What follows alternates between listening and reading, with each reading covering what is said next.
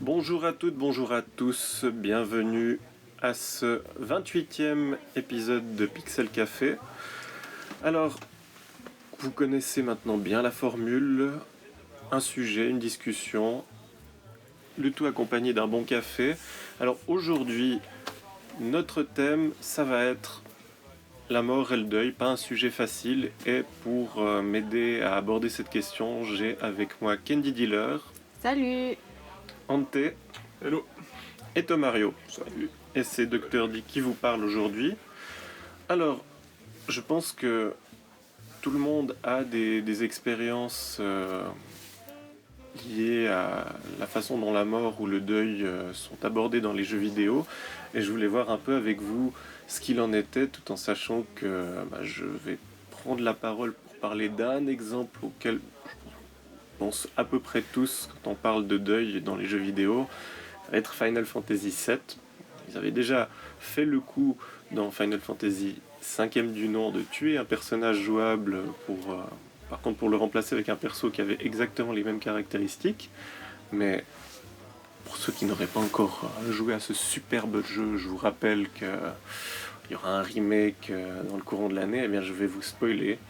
Un des persos principaux se fait tuer très violemment, et tout le travail du deuil du héros dans cette histoire y est abordé. Ça donne d'ailleurs à la suite de l'intrigue tout un double discours, d'une part sur le sacrifice de la personne qui est tuée, qui savait ce qui allait lui arriver, et une envie de vengeance du héros, et c'est un traumatisme pour beaucoup de joueurs qui ont découvert Final Fantasy VII au moment où le jeu est sorti. Maintenant, ça s'est un peu éventé, donc on peut se permettre d'en parler. Oh oui, on peut spoiler tout ce qu'on veut de Final Fantasy VII. Hein. Crotte de bique. Est-ce qu'en dehors de ce gros cliché, vous vouliez parler d'autres cas liés à la mort et au deuil ? Eh bien, sans trop spoiler, parce que là c'est un peu plus récent et ça fera un peu plus... ça embêtera plus de monde si je spoil là. Il y a un personnage dans Final Fantasy XV qui suit un peu le même sort que Aerys du Final Fantasy VII. Je ne dirais pas qui du coup. Mais enfin voilà, et je trouve sa mort très similaire. Et ce personnage, par contre, n'est pas très bien travaillé depuis le début du jeu, et c'est quelque chose, justement, ça tombe un peu à plat, contrairement à Aerys où on passe des heures et des heures à l'entraîner, enfin si on ne le sait pas, à partir du moment où on sait qu'elle va mourir, on l'entraîne plus, sauf certains qui le font, mais moi je le fais plus en tout cas. Maintenant les gens savent qui ne pas entraîner dans le remake. C'est ça. Merci Tomario. Ah, on n'avait pas encore dit le nom du personnage du 7. Non. Oh mince. Bon, de toute façon, les scénaristes du remake du 7 ont dit qu'ils changeraient quelques trucs. Donc peut-être que Aerys ne mourra pas dans le 7 remake. Bref, peu importe. Dans le 15, il y en a un qui suit un peu le même sort, sauf que c'est pas du tout développé, on n'a pas le temps de s'attacher à ce personnage, et du coup, ça tombe complètement à plat. Enfin non, pas complètement, c'est quand même triste. Quand même des petites scènes assez tristounettes, on verse sa petite larme et tout, mais contrairement au 7 où le deuil est très bien amené, je trouve que dans le 15, ce personnage, voilà, ok, le chapitre est terminé, ce personnage meurt, on passe à autre chose, et c'est un peu triste, mais voilà. Tandis que quand Aerys elle meurt, déjà la première fois quand on le découvre, c'est un peu waouh, ok, donc là, ce personnage, je vais plus jamais le revoir, ok, et c'est vraiment très dérangeant. Donc voilà, c'est vrai que c'est un deuil à faire nous-mêmes, pas juste les personnages du jeu.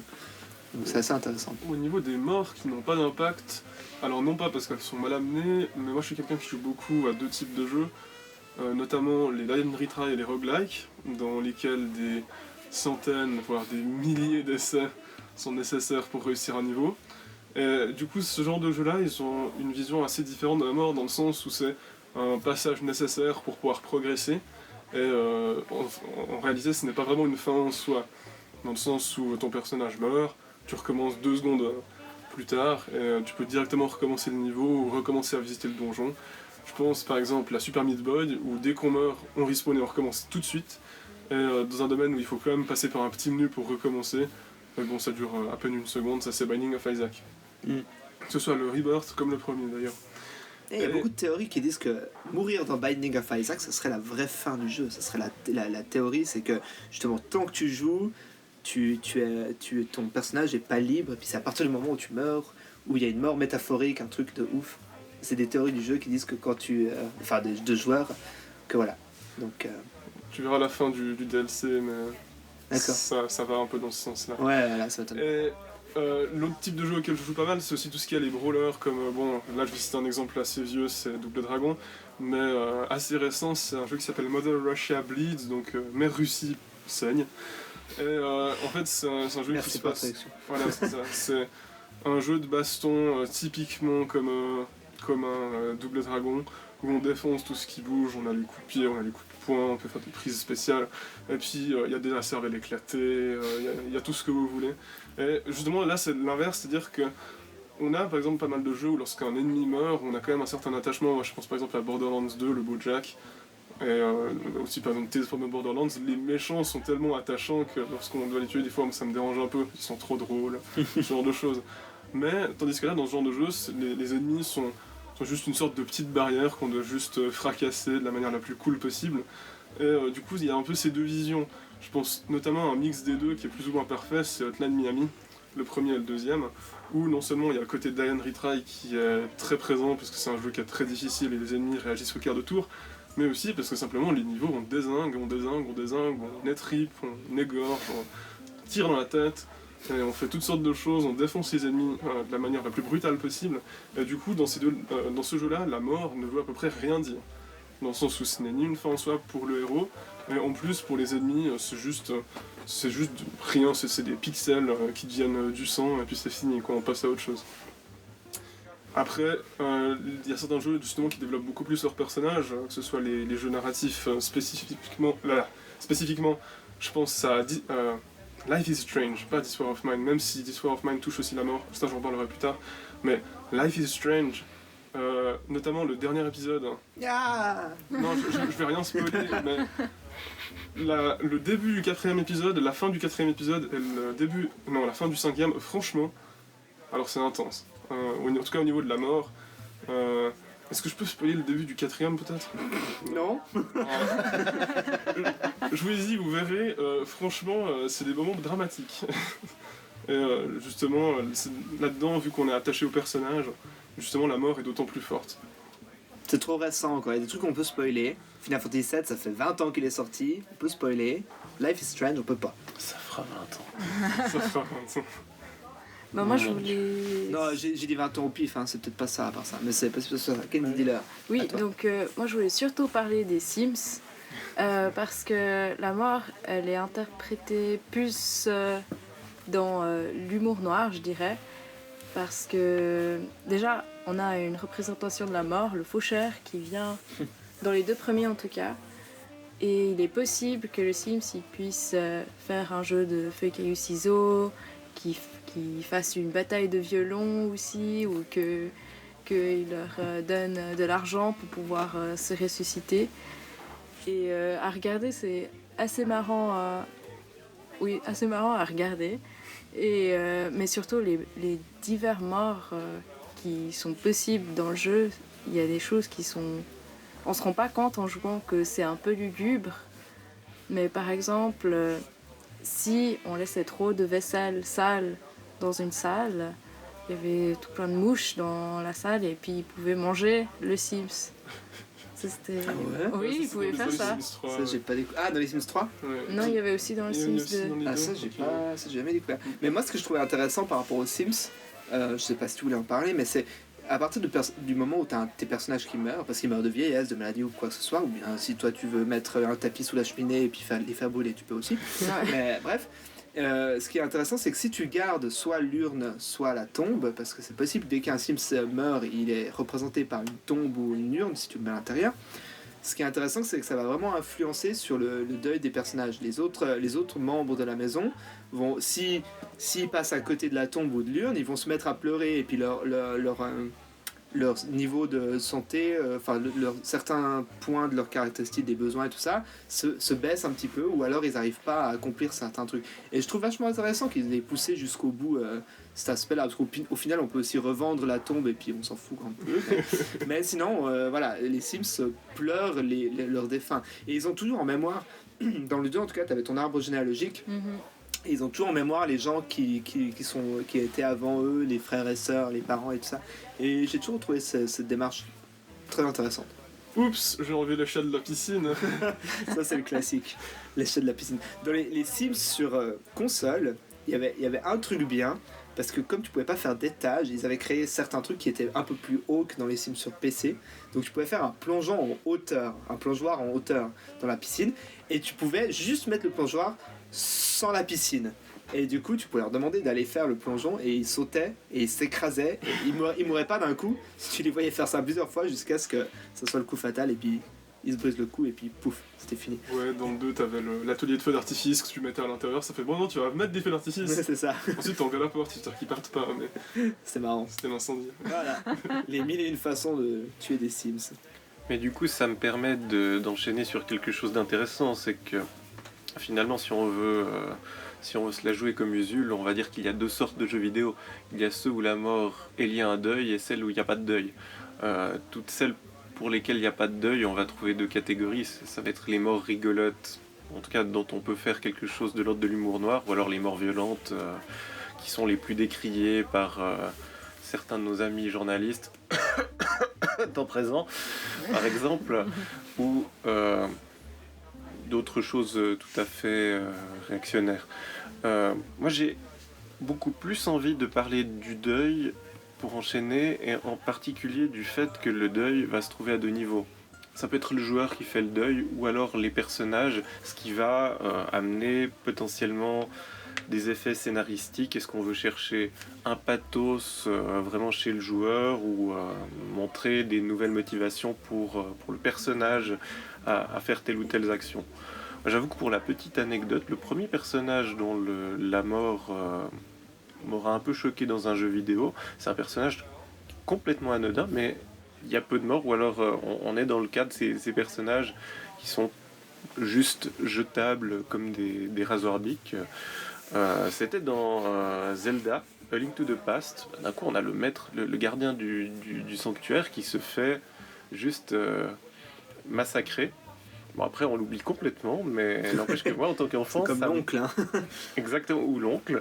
Moi, en tant qu'enfant, ces deux moments-là sont... bon, l'oncle, on le retrouve déjà mourant, donc on se dit, oh là... Mais on le voit partir de la maison. Mais, oui. Mais effectivement, on sent qu'il y a quelque chose déjà d'assez... destiné à pousser plus le joueur à se dire, voilà, t'as une raison de continuer. Mais ça devient beaucoup plus fort dans certains jeux comme... je vais revenir avec mes classiques, et notamment avec Breath of Fire, que Tomario ne connaît pas, qui est un jeu auquel vous devriez jouer, parce qu'il est vraiment intéressant du point de vue de son scénario. Et il y a un moment qui est un combat à proprement parler oedipien, parce qu'on affronte une espèce de machine qui est reliée à un type qui a des pouvoirs particuliers, et on pourrait tout à fait finir le combat en vidant la machine de son pouvoir, en tuant le mec. Sauf que le mec, en fait, c'est ton père. Donc, ça change radicalement le scénario de terminer le combat en détruisant la machine sans faire de mal à la victime ou non. Et là, par exemple, il y a un gros investissement parce que ça change complètement le scénario. Ça, c'est un point. Je sais pas si quelqu'un d'autre avait... Pour peut-être revenir sur les Zelda, je voulais pas t'interrompre, mais s'il y en a bien un qui aborde la mort tout au long du jeu, c'est le Majora's Mask, où justement on parle de deuil constamment. Chaque personnage qu'on croise qui nous donne un masque, justement la mort est un peu représentée par ce masque. Enfin, je veux pas rentrer trop dans les théories, mais tout simplement parce que des fois ça devient un petit peu des vulgarisations de théories sur la mort, mais c'est toujours intéressant parce que chaque personnage qui est mort est justement laissé entre guillemets cadeau de son masque.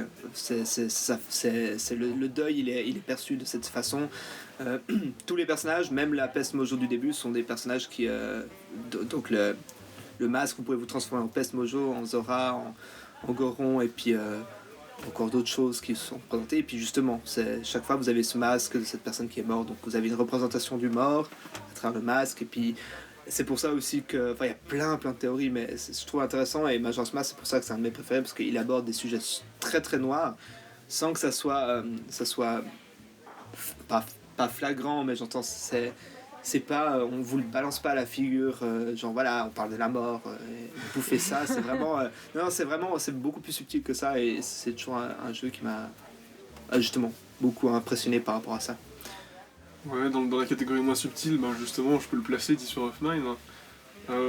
Donc en gros, ça c'est un jeu où on joue lors d'une guerre civile, mais on ne joue pas un soldat surentraîné à la Call of Duty qui va dézinguer 450 personnes, même plus, et qui va s'en sortir sur une égratignure. On joue des survivants, des civils qui ne savent pas se battre, qui essaient désespérément de survivre dans une ville en guerre, et qui est en plus assiégée.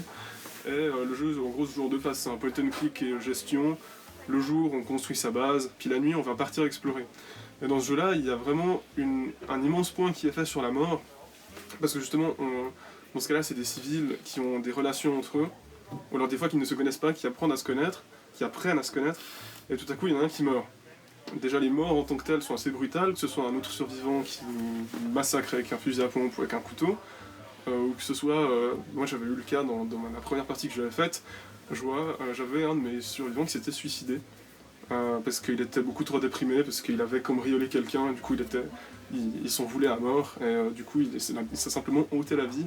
Et ça c'est un jeu qui en plus, les morts des personnages influencent les autres personnages, et évidemment en vue de leur brutalité, et puis du fait que ce soit très, j'ai envie de dire brut, mais pas dans le sens brutal, vraiment ils sont morts, fins. Et il faut quand même passer à autre chose, mais pourtant il y a tous les autres personnages qui sont déprimés. Du coup ça touche aussi énormément de joueurs, parce que le fait que les autres personnages soient déprimés, du coup ça nous touche encore plus, parce qu'on aimerait bien déjà essayer de tous les faire survivre. Le fait qu'on ait un qui meurt, ça nous touche déjà, mais en plus tous les autres du coup sont tristes, et ça peut vraiment changer une partie. Donc vraiment jouer à This War of Mine si jamais vous voulez une sacrée expérience au niveau du deuil, je vous préviens, c'est Marco. Mais c'est vachement bien foutu. Et puis si vous voulez une super expérience, genre, je suis surpris que je sois le premier, peut-être que c'était voulu, enfin peut-être vous vouliez en parler, mais avant on a abordé vite fait, enfin, tout le monde a fait ah oui bien sûr, pourquoi on n'y a pas pensé avant, mais c'est les Walking Dead de Telltale quoi. Enfin, ouais, j'hésitais à en parler, mais ils sont assez récents. Ouais, ils sont assez, bah oui, mais ça, sans spoiler, voilà, il y a des personnages qui meurent, et des personnages importants qui meurent, et franchement... Enfin, tout le long du jeu, on est tendu, parce que c'est un peu pendant un épisode de Game of Thrones, on sait que à partir du moment où vous avez découvert la saison 1 et que vous jouez à la saison 2, vous comprenez qu'à n'importe quel moment il peut arriver n'importe quoi dans le jeu, et que c'est hyper brutal, et c'est très choquant. Alors on en vient à se dire ouais, mais je vais plus m'attacher aux personnages parce qu'ils vont mourir et tout, puis en fait c'est impossible parce qu'ils sont tellement attachants, ces personnages, ils sont tous hyper bien développé, donc le seul qu'on peut spoiler qui ne meurt pas, parce qu'on la voit apparaître sur les jaquettes des 3 jeux, c'est Clémentine. Elle ne meurt pas, mais du coup elle a plein de ces deux mondes autour d'elle qui meurent, et c'est juste dramatique, et c'est affreux.